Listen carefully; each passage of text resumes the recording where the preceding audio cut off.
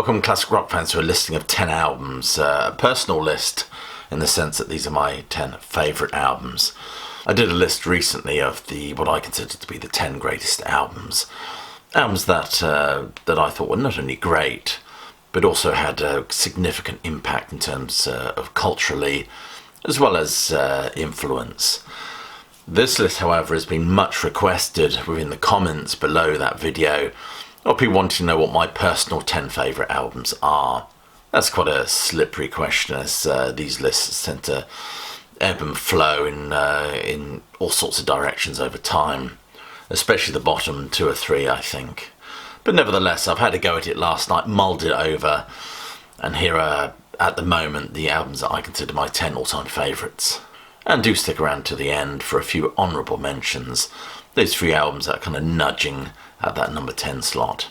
Number 10 on my list at the moment is David Bowie's Hunky Dory from 1971. This is a wonderful album, especially after the mixed bag and paraded androgyny of The Man Who Sold the World. Hunky Dory feels far more kind of Bowie flexing out his singer-songwriter credentials, I guess, in an age of where we were besieged by the Carole Kings and James Taylors. Not that they were an influence, but I do think this album is much more down to earth, if you excuse the pun, of space oddity. Hunky Dory is a kaleidoscopic exploration of different pop styles, emphasis on melodicism as well. And if I may quote Rate Your Music, they say, it's a sweeping cinematic melange of high and low art, ambiguous sexuality, kitsch and class. Of course, we get the Neil Young homage of Quicksand to the soaring number Life on Mars, which Rick Wakeman seems to have almost very much made his own recently. Such a range of styles and this reinterpretation of pop traditions, a fresh postmodern montage of sounds and influences, and vision, I guess. Number 9 is Genesis, The Lamb Lies Down on Broadway. This has eked its way into my top 10 as I've rediscovered an admiration for this record and been enjoying it all over the summer. My preferences in terms of the top Genesis album often flip-flops between this one and Selling England by the Pound. I love the blending of these rather strange and surreal textures with ultimately a 17th century spiritual. Described as the Ulysses of concept albums, I believe that's right, by Rolling Stone magazine. Its narrative has strange twists and turns amongst some pretty awesome tunage. And with the band at each other's throats, this only contributes to the taut atmosphere and the dark malevolence of this album. Number 8 for me is Jethro Tull's A Passion Play from 1973. This is a fascinating narrative that follows Ronnie Pilgrim from his death on the Fulham Road, through heaven to the bowels of hell before being reborn, given a second crack of the whip. But being a rather morbid chap, these narratives really appeal to me. It's Dante's Divine Comedy prog style. And this album, combined with those Chateau d'Erouville recordings, is an absolute treasure trove for Jethro Tull fans. And I even like the alterations that Ian Anderson makes in 1988 to these recordings, adding some reverb to the vocals and extra flute lines, giving it an almost mystical and eerie presence. Nevertheless, these recordings are on the box set, which I suspect will be reissued next year to mark the 50th anniversary of this album, you mark my words. But these recordings on this box set are very much kind of untampered with. Stephen Wilson has left them as they were, really, which makes them a historical curiosity for Tull fans. But they do feel rather naked and stark in comparison to the 1988 rendering. Number 7 for me at the moment is Neil Young's Zuma from 1975. This album is the finest example of his collaboration with his backing band Crazy Horse, although I'm a huge fan of the Ragged Glory album as well. This is a short album, but it's the unbelievable flexibility and texture of the different songs and styles explored on this, culminating in my favourite Neil Young song of all time, that's Cortez the Killer. We get a wonderful balance of gentle acoustic numbers, as well as some pretty rocking cuts as well. A nice country tinge on some and sufficiently distorted in other places, all intermingled with these extended pieces as well. Neil Young is a cheery soul, as you know, not known for his upbeat writing and subject matter.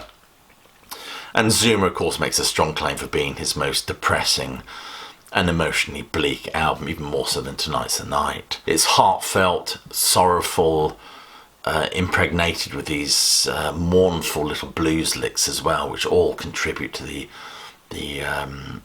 certainly rather bleak atmosphere of it all. But at the moment, this is my go-to Neil Young album, and it certainly makes my list of 10 favourite records. Number 6 is In the Court of the Crimson King by King Crimson from 1969. There's something otherworldly about this record, something very eerie about it that certainly caught the imagination of a young Steve Hackett when he used to go and see them. In fact, certainly inspired him to add more mellotron to the Genesis sound. But this one has a certain grandeur and pathos to it, present in those mellotron swoops in the sublime epitaph, accentuated, of course, by the wonderful and plaintive and restrained voice, I have to say, of Greg Lake. We also get that maniacal and twisted proto-metal number, the 21st Century Schizoid Man, which is something else, which certainly blew people's socks off in Hyde Park in 1969. As I like to say, too often perhaps, a performance that had Mick Jagger sweating like a glass below his arse. But it's also imbued with other interesting numbers as well, the psychedelic folk whimsy of I Talk to the Wind, and the real prog pomp of the title track In the Court of the Crimson King. Arguably the first prog album, either or, it's an absolute masterpiece. Number 5 is the Beatles' Rubber Soul from 1965, I think it was. I hope I haven't got that wrong. It's interesting, I think, that the Beatles' songwriting certainly went up a notch after their meetings with Bob Dylan. But they're looking at songwriting as being very much an art form rather than producing this throwaway pop ephemera. It was a moment that would change the band forever. There's no doubt that Norwegian Wood and Nowhere Man was all formed this breakout album, which I think is hailed by George Harrison as his favourite. In fact, he went on to say that Rubber Soul's my favourite album. Even at the time, I think that it was the best one we made. In an interview in the 1990s, he said the most important thing about it was we were suddenly hearing sounds we weren't able to hear before. Also, we were being more influenced by other people's music, and everything was blossoming at the right time, including us. Brian Wilson, of course, was certainly taken aback with the wonder and beauty and the songwriting quality on this album, and it inspired him to want to make the perfect pop record. Number 4 for me is the Rolling Stones' Exile on Main Street from 1972. There was something dark and almost voyeuristic about this album that pulsates quite literally with, substance abuse, as well as that murky cellar of Keith Richards. The sounds on this record are almost impregnated with that sense of claustrophobia. Jagger's voice is reduced to a kind of a subterranean murmur, which belies the twisted menace and tortured tones of this record. The band were making this record in that dingy cellar in France, in quite dreadful heat as well, hence the aptly titled Ventilator Blues. But other than that, we get the smacked out drawl of Rocks Off, the sublime yearning of Torn and Frayed, and the perennial Tumbling Dice. You also get some beautiful acoustic numbers on here as well, Sweet Virginia. I'm a big fan of the song Sweet Black Angel as well, which the Stones very, very rarely have performed. I think it did make the set list in the early 70s, but certainly not after that. I must express some disappointment that the 50th anniversary of this album isn't going to be marked. Yes, I know we had a 40th anniversary box set, but I think they could easily put together some more swag items and not necessarily a remix of the album. They should leave it as it is, but I'd certainly like to hear a CD or DVD of the band getting together and just performing acoustic renditions of a lot of the tracks off this album.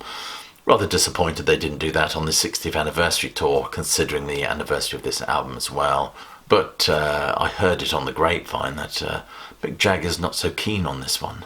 Number 3 is Bob Dylan's Blood on the Tracks, an album that I don't even own a copy of, I think. I've got the bootleg series, More Blood on the Tracks, but I don't actually have the album, which is a bit remiss. I think I've got it as an MP3 file. But this is an album whose success and critical acclaim even took Dylan by surprise, who wondered why people would get so much from that kind of pain. But of course, what this album does is it takes Dylan's personal reflection on his relations, and it becomes more universal, people applying this album to their own rather tortured and fractured lives. So for many, this album very much epitomises a great personal and universal at the same time emotional tragedy. And amongst these remarkable tunes, we do get Tangled Up in Blue, which is very much a modern quest narrative.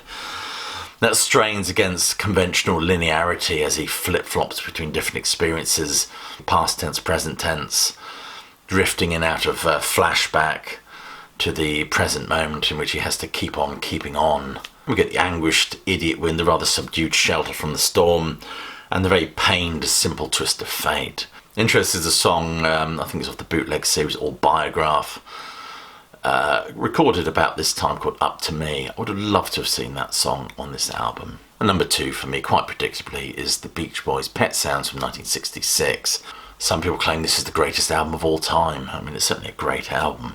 I find myself listening to it every summer and just lose myself in that wall of sound, instrumentation, and that hymnal ache. It's a wonderful exploration imbued with this childlike wonder, beautifully encapsulated in the opening tones of Wouldn't It Be Nice, where the guitar is deliberately meant to sound like a child's toy. There's this naivety, this journey on this album from innocence to the experience of I just wasn't made for these times, that aching realisation. I also maintain that God Only Knows is one of the best songs ever written. I think Paul McCartney would probably back me up on that one. And I also maintain, as I've said before, that as wonderful as Sloop John B is, it's conceptually a bit of a fly in the ointment on this album. It just doesn't quite fit in. I'm pretty sure most of you can guess what my favourite album of all time is going to be on this list. Yes, it's Pink Floyd's Dark Side of the Moon from 1973. From its ticking clocks and ka-chinging cash registers, this album continues to beguile generation after generation with its uncompromising portrayal of the permanent truth of things. It is a record that is a record beyond itself, almost now, adorning thousands, millions of t-shirts and baby grows and coffee mugs and bumper stickers, as it continues to rampage with the public's collective unconsciousness like Frankenstein's monster, unfettered. And it seems the band have long relinquished any control over this fiend as it re-emerges as some rather strange and bizarre mashups. But it is a critique of the human condition, and that is very much a part of the human condition, I guess, this need to make sense of things or cling to something that we find comforting or familiar. It's an album that in part is a reflection on mortality and then rather ironically is rendered immortal. From its exploration of greed and class to its poignant meditation on madness before we get that wonderful culmination of Eclipse, with its assertion that everything under the sun is entombed, but of course the sun is eclipsed by the moon. So these are my personal favourites, my 10 favourite albums as it stands at this moment. For those of you hanging around to the end for a few honourable mentions, those albums that were nudging away at the number 10 slot. Well, one would be the Kinks' Our Village Green Preservation Society, a marvellous critique on Englishness. Another one which may surprise you, I do happen to be a huge Billy Joel fan, and his album 52nd Street is my favourite record, a very jazz-infused album. Van Morrison's Astral Weeks is an album that I love to float away with every summer. I don't think he's ever bettered it, to be honest with you. I even think it's better than Moondance. I've become a huge Joni Mitchell fan over the last couple of years, which is what I was saying at the beginning about the ebb and flow of these type of lists, 10 favourite albums. As much as I think Blue is probably her masterpiece and one of the best albums ever, my personal favourite is Ladies of the Canyon. I love all that sunny folk, and the good thing about that album is it's a sort of transitional album between the more ambitious Blue album and what was to come after that, and the trill acoustic stuff she was doing before that. Paul McCartney's Ram is an album that I absolutely adore. Yes, Topographic Oceans is my go-to Yes album. I do think Close to the Edge is a better album, but this is the one that I prefer to listen to. I just lose myself in its waves and waves of sound and its mysticism. Paul Simon's Stranger to Stranger, I think that's one of his finest albums ever. I absolutely adore it. Springsteen's Born to Run, despite all that Phil Spector's wall of sound stuff going on there, I still think it's probably his best album, although it's level with Darkness on the Edge of Town and the Who's Next. So there you are, that's my 10 favourite albums. If you've watched to this point, I want to thank you for doing just that, and I hope you'll click like, subscribe, and do check that notification bell. So I will leave you with my closing salvo, which is, hope you're well, staying safe, but more importantly that you keep listening.